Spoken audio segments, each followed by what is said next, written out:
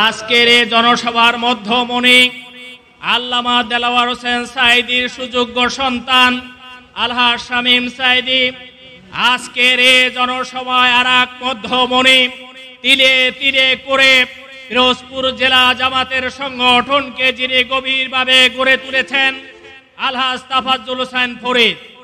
সম্মানিত বন্ধুগণ, আমার আগের বক্তা আপনাদেরকে বলেছেন এই ময়দান আমাদের, এই ময়দান ইসলামের, এই ময়দান কোরআনের। এই ভান্ডারিয়ায় বাংলাদেশ স্বাধীন হওয়ার পরে যিনি সংসদে কোরআন ও সুন্নাহ থেকে কথা বলেছেন তিনি মরহুম আল্লামা আব্দুর রহিম। আমরা আব্দুর রহিম মরহুমকে সংসদে পাঠিয়েছিলাম। এরপরে ভান্ডারিয়াবাসী তথা 2 আসনের সকলের আবেদন ছিল আল্লামা সাঈদীও যেন এই আসনে নির্বাচন করেন। আপনারা চেয়েছিলেন, সেদিন আমরা যেতে পারি নাই। এবার তার কলিজার টুকরা শামীম সাঈদীকে আপনাদের হাতে আমানত হিসাবে দিয়ে গেলাম।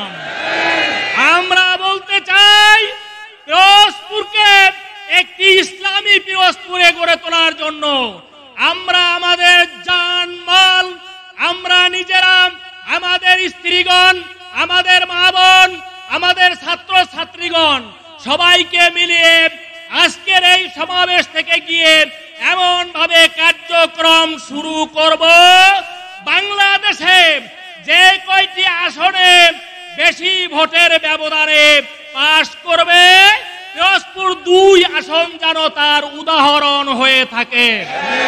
আপনাদেরকে এই আহ্বান জানিয়ে কথা শেষ করছি। আল্লাহ হাফেজ। বাংলাদেশ।